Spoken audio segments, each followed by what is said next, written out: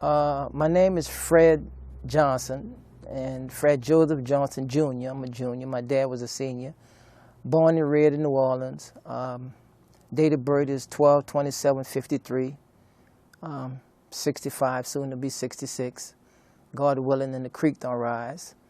And I've had the experience and the delight to grow up in an environment where I got exposed to the culture and the significance of the culture by some very influential men at a very early age. Rudy Lombard and Jerome Smith founded Tambourine and Fan. They were members of Tambourine and Fan and members of the Bucketmen, which was the second line aspect of the Tambourine and Fan, but neither one of them masked Indian.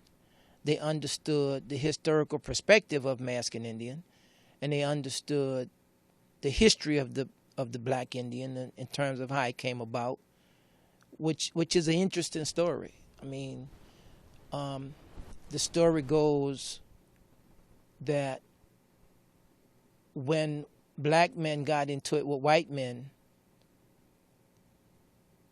and they refused to take whatever punishment these white men was trying to dole out, they would run to the reservation. And the white man wasn't going on the reservation to get them. So they would stay there, however long, and eventually when they got back, they were having Mardi Gras, a carnival. And the idea of carnival was to mask as somebody you thought you always wanted to be. And of course it was segregated. There was black carnival and white carnival. So some of the guys that had ran from the white man, refusing to either kill them or let them kill them, they came back and they began to mask as Indian. They mimicked the native Indian.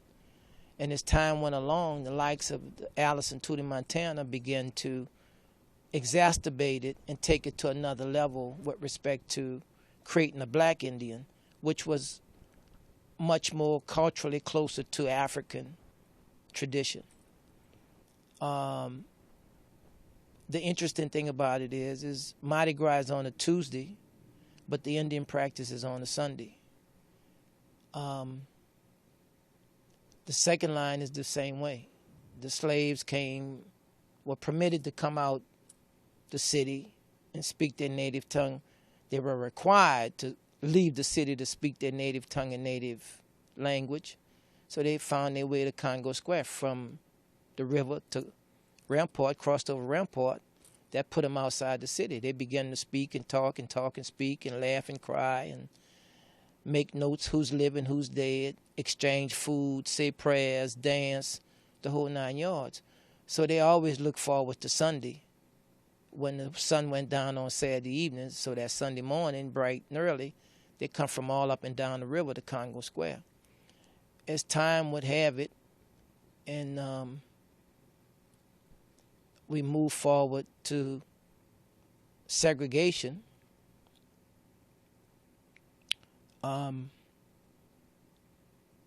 the Jewish merchants saw a market, and they began to come into the black community and sell 5-cent and 10-cent policies. Prior to that, the African American people had created what was called and because I'm thinking about it, it escapes me. But it allowed them to put money together and benevolent society. And that benevolent society could be for multiple things, but primarily it assured you that you would have a decent burial, because the African tradition was the last thing you could do for your dead was to give them a decent burial. But the Jewish people saw where there was a market, and they came in and began to sell 5-cent and 10-cent policies. That broke up the benevolent society, and benevolent society then moved from benevolent to social aid and pleasure clubs. And some of those clubs went into the ballrooms and had the tuxedos, and they mimicked what the white people did. And then some of these clubs, they saw the Italians with a brass band on the street, and they created a band, and then they created a division, and that became how the second line just matured from that. And it was really helpful to the second liners because it gave them an opportunity to forget about the misery and forget about the pain and forget about all of the ugly things that society and white people was putting on black people. Call them black, call them ugly, call them big lip, big ass, dumb, nigger, all of the derogatory things. But when you got in this music, this band passed your door with this division of well-dressed men, that allowed you to follow this, and this was like their psychiatrists. They follow this all day, take their children, and from stop to stop, they eat, they drink, they're having a good time, and it prepared them to face Monday. That however ugly it was, they had something that the white people couldn't take from them, which was in their soul. So it's very interesting how these cultures came about. So the slave holders and the slave owners really did us a favor by saying, okay, and it worked for the slave holders because when the slaves went back into the city and went to work, they worked their asses off because they were excited about Monday go to Tuesday, Tuesday go to Wednesday, Wednesday go to Thursday. Bam, we back at Friday, Saturday, we get to go back. So that pushed the production level up, you know what I mean? Because everybody wanted to make certain that they did their damn best so that come bright and early Sunday morning, they could get out. Yeah. So a lot of historical information around the black culture is tied to Sunday, which is why I always think that Duke Ellington and Mahalia Jackson made the song "Come Sunday." Yeah. Right. I want to go back, if we could, to you masking in '67 was your first time? '67, yeah, about that. I wonder if you could share a little bit about who were some of the other people on the street around that era. What was the style of the suits? What was the chants? What was it like masking in that era as opposed to more recent? Well, masking Indian always came with its level of danger because you always had people who did drugs or did alcohol. I was fortunate to be in the Yellow Pocahontas, and Allison Tootie Montana didn't do that. He'd sip on a beer, never got drunk, didn't smoke no weed, didn't do no drugs. So the only thing that would beat him down on a Mardi Gras day is that the 3 nights he's been up. So every one of us who were in that tribe, we subscribed to that subscription. You know what I mean? And if you did something, you damn sure kept it as on a down low as possible. But the masking of the masking in that period was it was more of a ritual. It was more sacred. It was not as commercial. It was a different world. It was a different world, and those of us who did it, we took it serious. You didn't toy with it. You either did it or you didn't. And if you did it, you tried to do it in decency and in order. So it was just a different behavior. It was a different discipline. Totally different discipline. So outside of the Yellow Pocahontas, what were your interactions like with other people? It was good. The one that I always like to talk about is, I think maybe 5 years into me masking, maybe 7 years into me masking, we would have the joy of meeting other tribes, and the tribe that we liked to meet the most was the White Eagles, Jake Malone and his crew. And we met Jake tribe. We come Claiborne to Orleans, Orleans to Galvez, and somebody said the White Eagles was coming from the Conti and Galvez direction. So we was coming from opposite directions. And this particular Mardi Gras,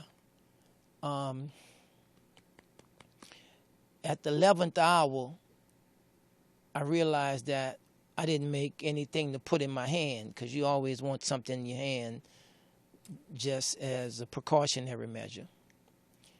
So Melvin Reed said, well, I got the shotgun in the cedar robe. We can make something to put on it. I said, okay, fine. So they made something. So then when we were leaving, I said, you going to send me out with an empty shotgun? He said, man, so I took the bullets. So, So anyway, we come Claiborne to Orleans, Orleans to Miro, and we meet, we lining up to meet Jake.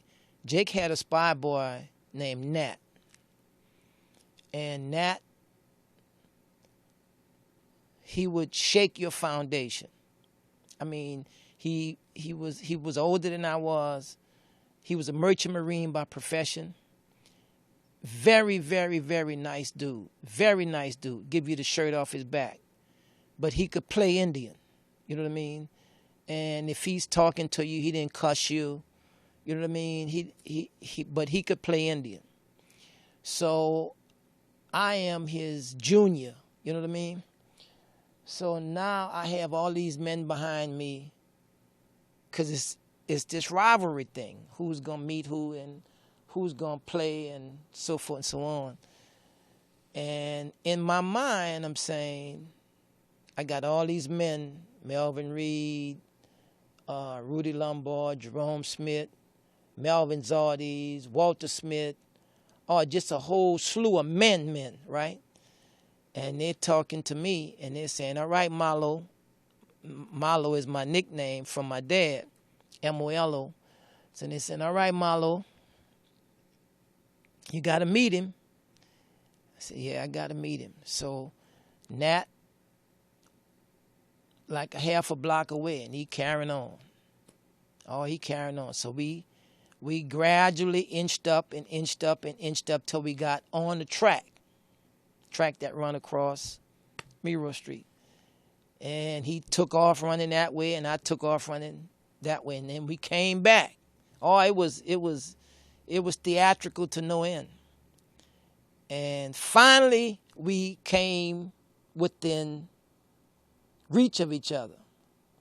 And he said something to me, Mighty Cootie Fire, and I said, I make no humbao because I don't know how, and I let that shotgun go. Boy, and I let that shotgun go. Boom! He took out running. He took out running. He came back. He said, man, I didn't expect that one. He said, no, you got me on that one. Now I could go back home with these men, because I couldn't punk out on that. I had to stand up. You know what I mean? Yeah. So they saw that. And at that time, Nat was considered, he was definitely my senior, and he was definitely experienced. And, I understood how it go. I understood what needed to be done.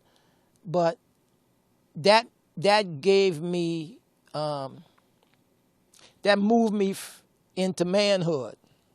Yeah, that moved me into manhood, because they felt, the men behind me felt that I represented them. I didn't punk out. So I will always forget. I will always remember that, because it was a pleasantry, and it was a beautiful moment in the game of masking and playing Indian. Yeah. So when I look at what I see today, you know, there's no comparison. It's not the suit, it's the quality of the human being.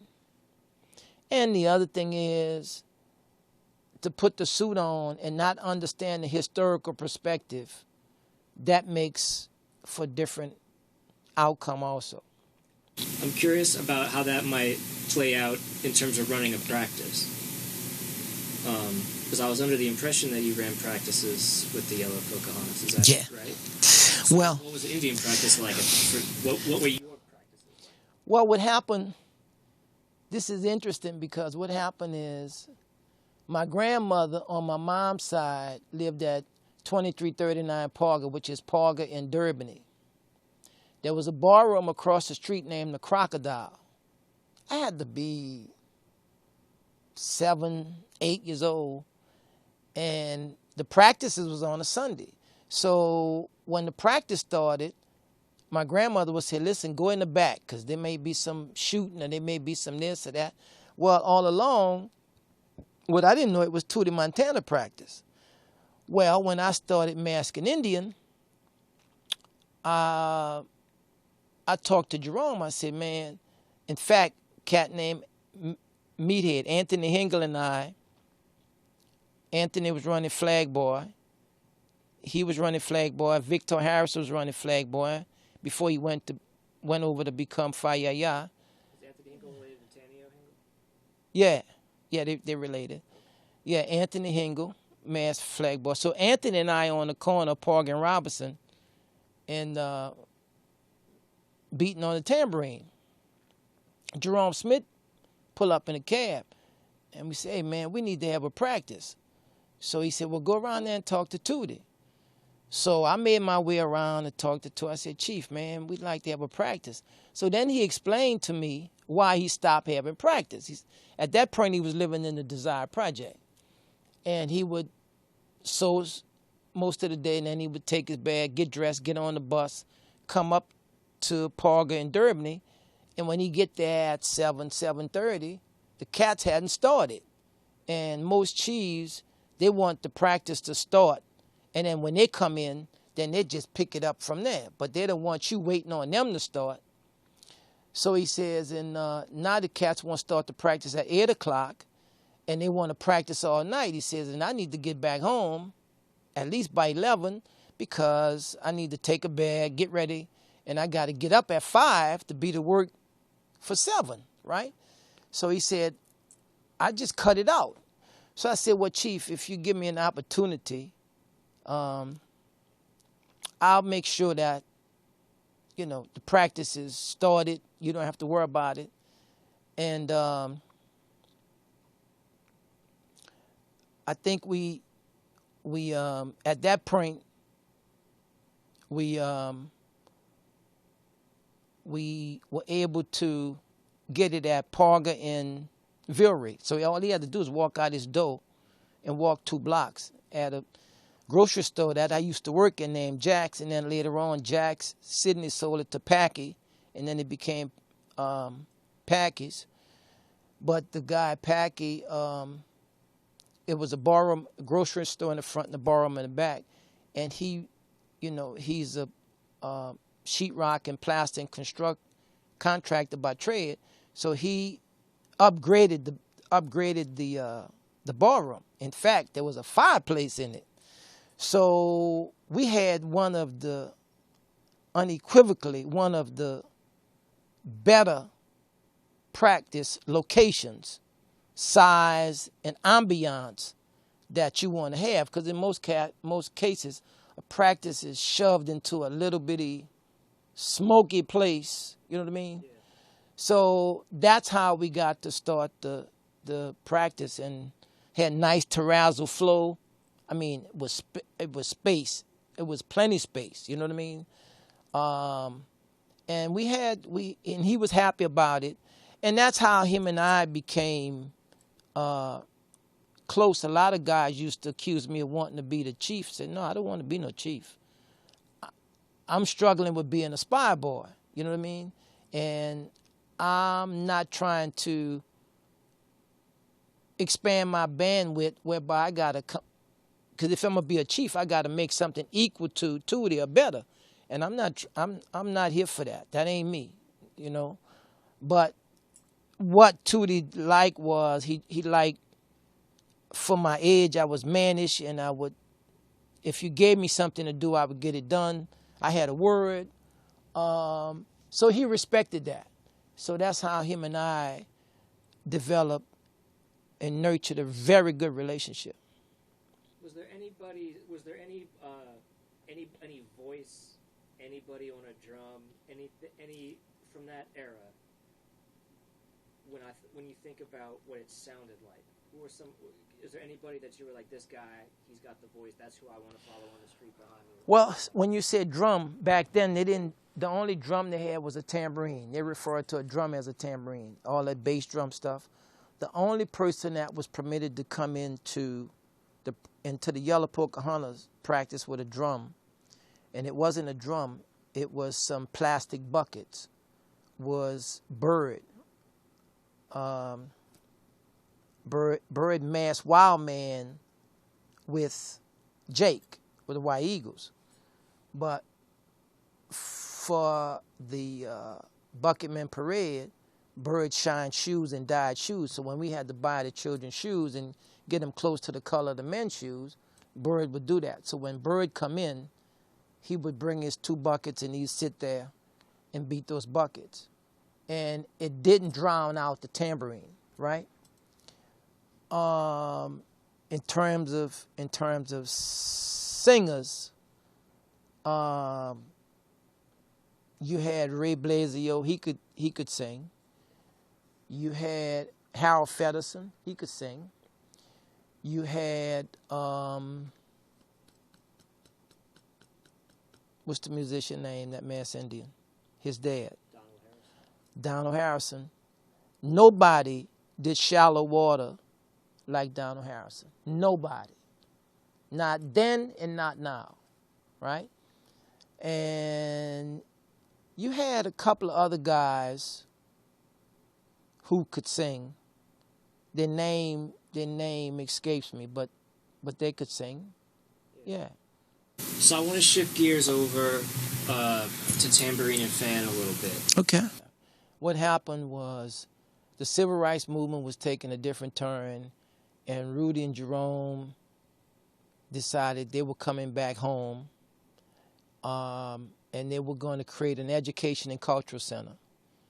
Heroin was the drug of the day, and was going to make certain that they created an environment where black children could get an additional enforcement with respect and education to who they were and what their history is, and also the importance of what their culture is.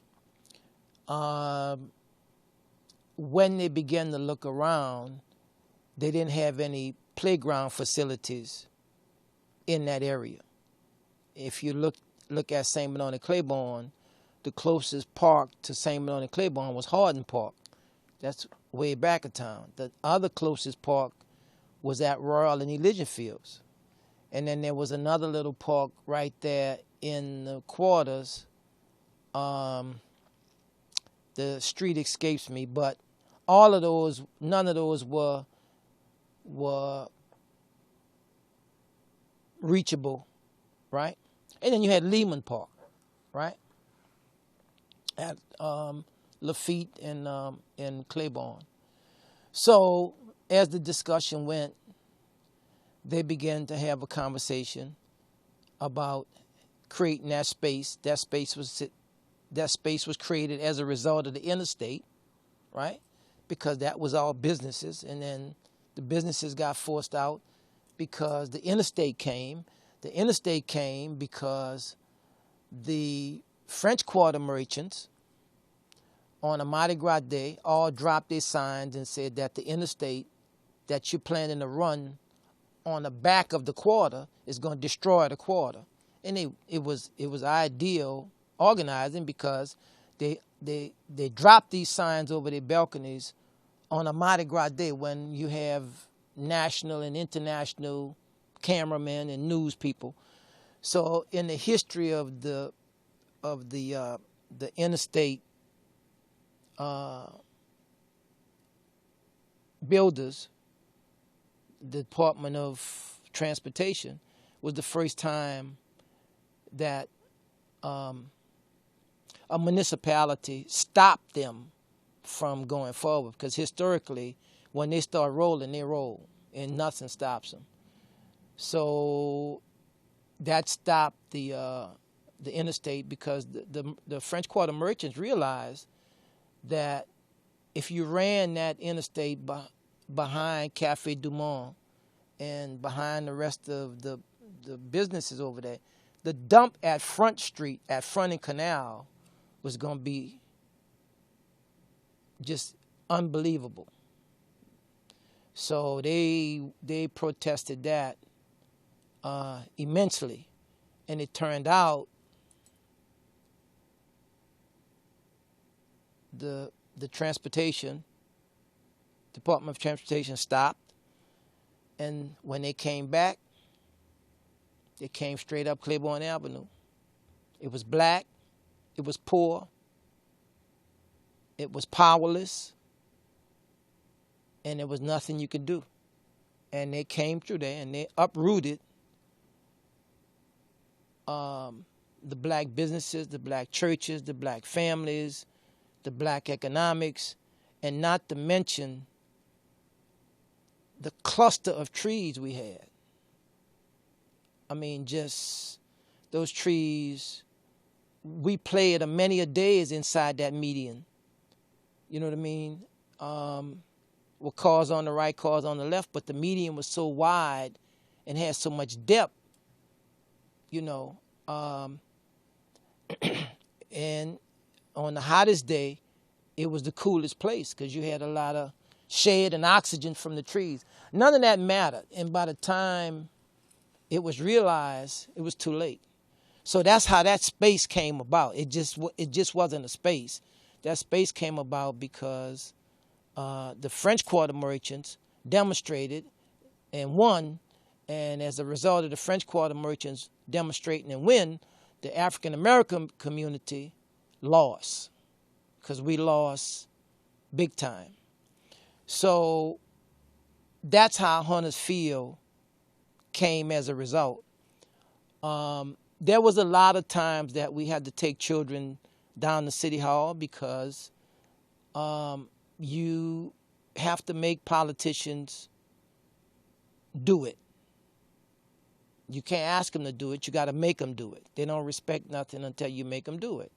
So on many occasions when they said one thing and did something else, we just took busloads of kids down there and said, okay, somebody's going to respond to this. The mayor, the media, somebody's going to respond to this. We're going to shut all the work down. Nobody's going to get any work done, which is a form of protest. Same thing at Nord. Charlie Nutter and the whole crew over there. They take the money from Huntersville and they give it to Lakeview. They give it, you know, they have some rationale on why they shouldn't give it to the black community. And we're like, that's bullshit. What do you recall about when Huntersville was being established? Were you active in Tambourine and Fan at the time? Yeah. So Rudy wrote a proposal. The proposal got funded. And Perkins and James drew did the architecture work, and they put the building there. And we had another building Jerome bought. Somebody gave him some cash from the Civil Rights Movement. He bought at 2258 North Robinson Street.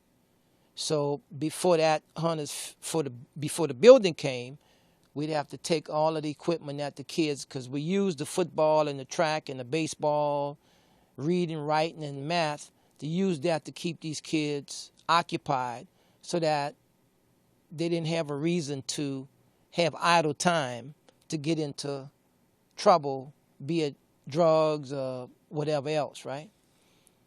So when the building was built, that meant that we had a storage facility and you didn't have to transport to 2258, which was a good 1, 2, 3, 4, 5, 6, 7, 8, a good 8 blocks, 8 to 10 blocks away, right? So that's how that became, and it was named Hunters Field after the Yellow Pocahontas. I've read about you doing different education programs at Hunters Field, including a dance, second line dance.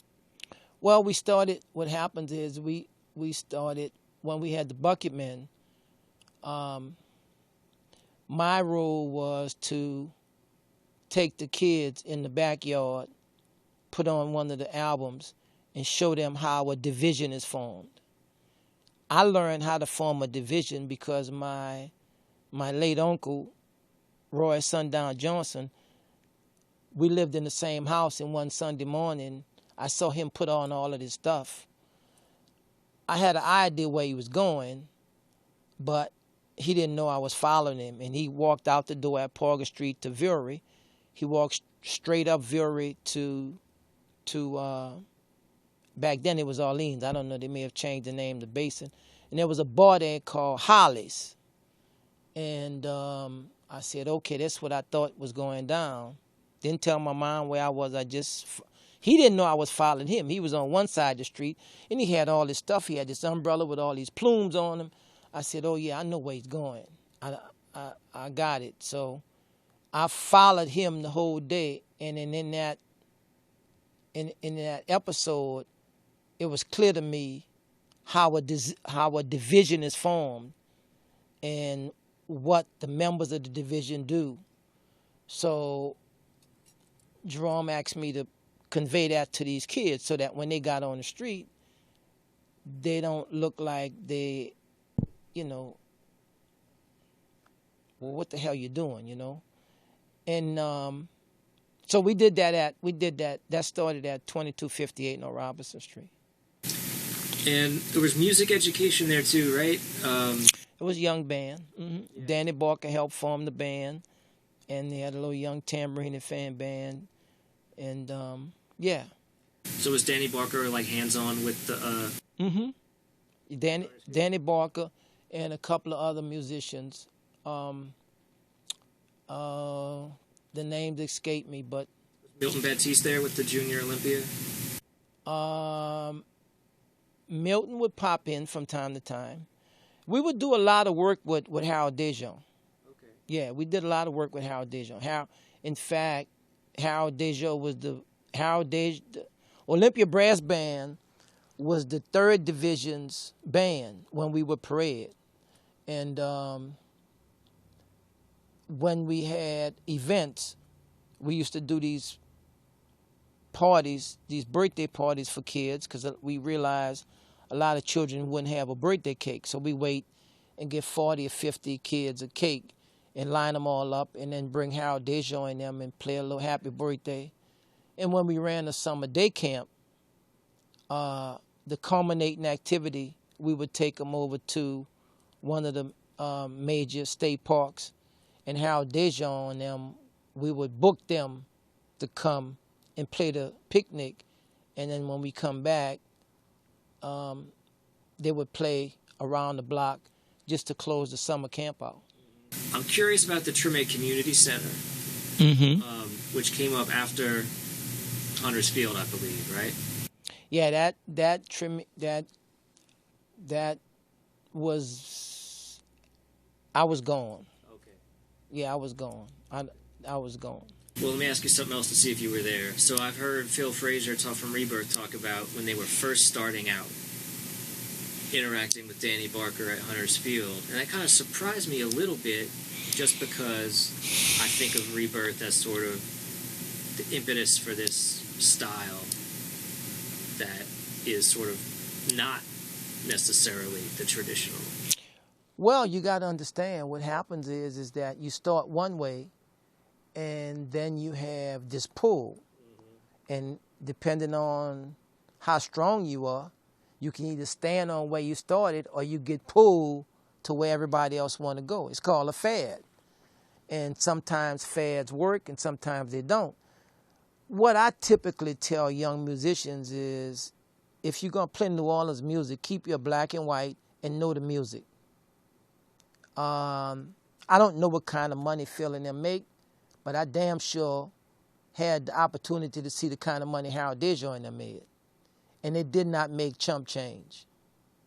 No, Harold Dejon, a gig with, you booked a gig with Duke, you talking about a minimum of $6,000. A minimum. Yeah. A minimum of $6,000. And I'm talking about back then. No, they didn't, no. And I mean, he played for Kings and Queens, and he come back and he showed me, he said, man, we made such and such. I bought me a derby. Damn hat was $300. You know what I mean? So they wasn't making no $300, no $150 a gig. No. And they did a contract. Everything was a contract. And I'm just saying to you, it has to do with what you're exposed to, but you have to be able to stand up to it. If you're not feeling strong in that, then you're gonna get pulled. And when you get pulled, it could be a good pull, it could be a bad pull. But I can tell you monetarily, and my job at the Tambourine and Fan was to book the bands. And at that time, I could go to the French Quarter and go on all four corners. And Louis Cottrell be playing in one room, Milton Baptiste and be playing on the other side. What's the old man got all the sons? Paulin, Doc Paulin. Yeah, and these cats, there was no bullshit. There was no bullshit. You could not come to them with no bullshit. You had to come uniform, and they didn't come cheap. Right. And then whatever you booked them for, they had the ability to know how to come dress. And they also had the experience of to look and know what to play. You couldn't take your motherfucking drawers off. They didn't play that. Oh no. Oh no. Oh no. I see bands show up, and I'm like, what the fuck happened? Where y'all come from? I mean, I'm in a wedding party, and they booked the band, and the guys come in there, fucking toe up. I'm like, hey, bro, is this your livelihood? First of all, these people got to photograph this, so they done spent all this money. They got gowns and tuxedos and, ambiance, and you looking like a ragged in the mango seed. So now you going to be a part of their picture history. Aside from that, you don't know who the fuck is in the audience that might want to book you. Duh. You know what I mean? So my way to deal with that is, if I'm going to book you, we gonna have an understanding up front. I'm going to write out what I want. I'm going to write out what the dress code is. I'm going to write out what the music is. And you better not let somebody from the sideline dictate the music. You work for me. You work for this organization. This is what I want. I don't care what the sideline want. I don't care what the second liners want. If they want it, then you stop. Let's pay you off. You go play for them. Let them pay you. That's how that's run. But so Olympia would play the third division for the Bucket Men. Right. Was it some of the young people that would play in some of the other divisions, or who are the other bands that would be? Oh, I just called them. Doc Pauline. Yeah. Okay. Yeah, Doc Pauline, Herman Sherman, Louis Cottrell. Okay. And let me tell you, Louis was a bitch to deal with. Louis was stern, man. He was stern. You couldn't. Doc Pauline was stern. Right. Yeah. I mean, Duke was stern, but Duke was much more easier. You know what I mean? But them other two, man, you better bring your A game when you go to do business with them. Them cats, Because Cottrell was the union head, right? Yeah. So. Yeah, kept a pocket full of pins. Yeah, white shirt. He had this thing that hold pins in it. And yeah, he didn't monkey around, One thing, this is kind of a broader question, so I'm just thinking about what we've been talking about. And what you said about people absorbing what's in their environment. Mm-hmm. And I'm thinking about this sort of cultural transmission that's happening, whether it's at Hunter's Field or on Claiborne or the tracks at Miro or wherever. And then I'm thinking about the neighborhoods today. Who's there, who's not there. Right. And the neighborhood as the venue for cultural transmission. Do you feel like that's still happening? In other words, like... Well, after Katrina, we lost. We lost. Unequivocally, we lost. The neighborhood is not made up of houses and businesses. It's made up of people. And when you lose people, either from death or from an unorganized governmental effort to get them back, it's a loss. So what happens is you lose the culture, because the houses and the businesses can't sustain the culture by themselves. It's the people who live in the houses and the people who do business with the businesses that sustain the culture. And then you can't do what you don't know. So what do you think, where do we stand? Like, with that reality? Shaky ground. Yeah. Stand on shaky ground. Listen, there's always going to be a second line. There's always going to be an Indian. Now, and history has a way of repeating itself. So we could see all of this stuff come all the way full circle back around. Right, because, like, for example, when Danny Barker was first starting the Fairview Baptist Church Band, well, you know, the state of second lining in, say, like 1968, whatever that was, from what I understand, wasn't exactly at.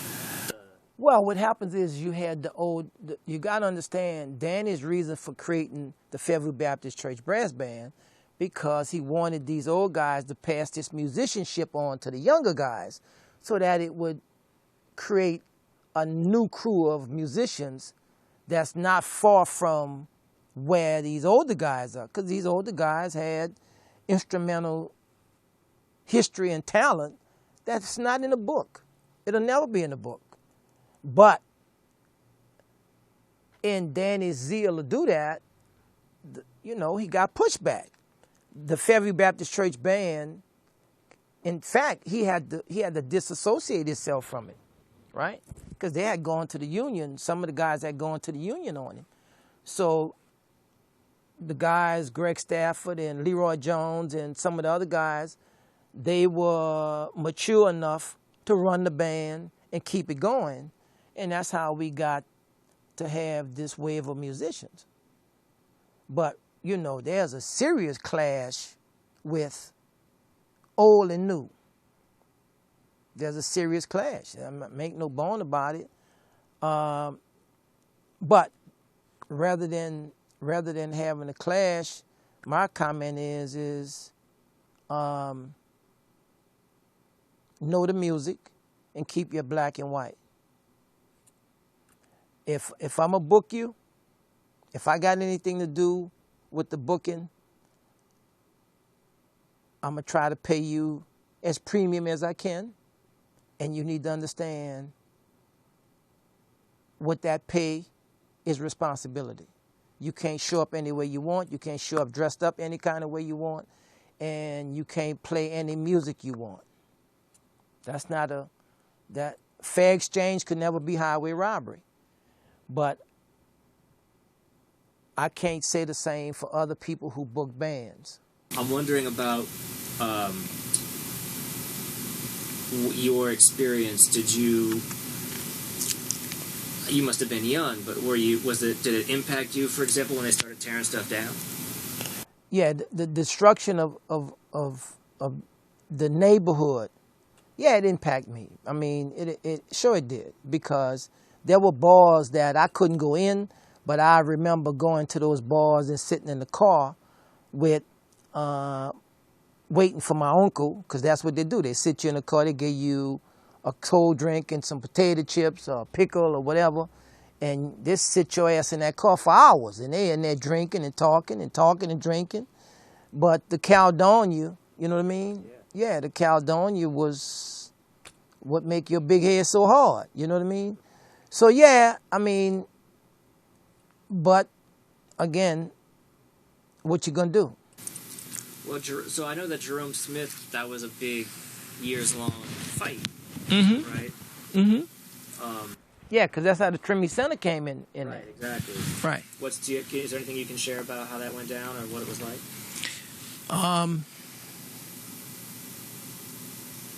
Jim Hayes and Ron Chisholm, right? Called on Jerome Smith to coalesce with him and Tambourine and Fan. Because this train was on the track, what could be done that makes some sense? It's kind of like Clipboard Avenue. When the train get on the track, you ain't stopping that train. You have to be mighty, mighty powerful to stop that train. So what you have to do is you have to figure out, I can't stop this train, so let me figure out how I'm gonna add another car to it. And you go after what you think is essential that will create sustainability going forward. Yeah. And so he basically won that concession as they were there was this big public debate, right, about what's going to be in the park, was the fence around the park. Yeah. And there's a fence around the park. Yeah. You see what's in the park. And primarily what came out of that was the Trimmy Center. Right. Because everything else is operated and controlled by somebody else. I'm zooming out again, but is there any place that was significant for you or you're aware of its significance that doesn't get remembered the way you would want it to be? Is there any place, anybody that was responsible for a place that in the field of that kind of cultural transmission, is there any place that people should know about that they might not know about that's not from the community? Well, in the very early days, Pog and Murray was very essential to the Yellow Pocahontas and the Monogram Hunters. Yeah, Pog and Murray. Yeah, what happened at Pog and Murray? Well, that's where the practices used to be. There was a barroom there? Yeah, there's a barroom. There's still a barroom there. Okay. Right. Yeah, Pog and Murray is essential. When you start talking about below Canal Street, downtown. Was that the Monogram bar? It could have been, yeah. I think there were two bars. There were the Monogram bar and there was another bar across the street. But they had practice for years and years and years. It was historically known that they were practiced there. Okay. Thank you for that. I think, make sure I don't want to leave anything out. Yeah, I think that's great. If there's anything else that I want to add? Yeah. So one of the things that after I stopped masking Indian and stopped parading is that Rudy Lombard recruited me to work in housing, teach and train first-time homebuyers how to become homeowners. And it was essential. It's 33 years since that has happened. It was essential then, it's more essential now. You asked me a question about these neighborhoods. Well, the more they gentrify, the more you delete the culture out of them. And the more they gentrify, the more they become unaffordable to the very people who are cultural barriers and cultural holders. I was on the Jazz Fest board some years ago, and we worked towards creating some home ownership for some musicians. I think that it's essential for the Jazz Fest to not to exist and do all of these other cultural things and create all these gigs, but not create a source of funding that help musicians go from home ownership to home renting. If you're really serious about this, you want to make certain that the musicians don't have to come from 24 miles away. The more the culture, the more the people who create the culture is pushed out of the community, the more sterile these communities are becoming. We have a lot of people who move here, say, oh, I love the music. Oh, I love the music. Oh, it's great, it's grand, I love the music. And then within a very short time, they are making contributions to the council people and to the mayor and whoever else, and now they're calling for a noise ordinance. And historically, this music has been there forever. Now, I understand, you don't want people urinating in your garden and leaving the beer bottles and so forth and so on. And I get that. I agree with that. I personally clean up my neighborhood. Every Sunday, I dedicate an hour with a stick and a construction trash bag, and people just throw shit out the window, and I pick it up. But I think it's incumbent upon the Jazz and Heritage Festival and all of their supporters to make certain that in their budget that there is a sizable amount of money that is dedicated for the musicians and the cultural people that can help them to become homeowners. I'm not talking about giving it away. I'm talking about encouraging them to get in a structured environment, whether it's in my organization or wherever. But I've done this before with the Jazz Fest, and we helped quite a few people. And I was recently on the Jazz Fest board, but I had too much going on, and I was missing meetings, and I just couldn't, make it. But had I stayed on the board, this is what I was going to push. Right. You need to you taking care of surface elements with the culture and the musicians, but you're not speaking to the substance of it. Giving them a gig is fine. That's fine. They need the gig.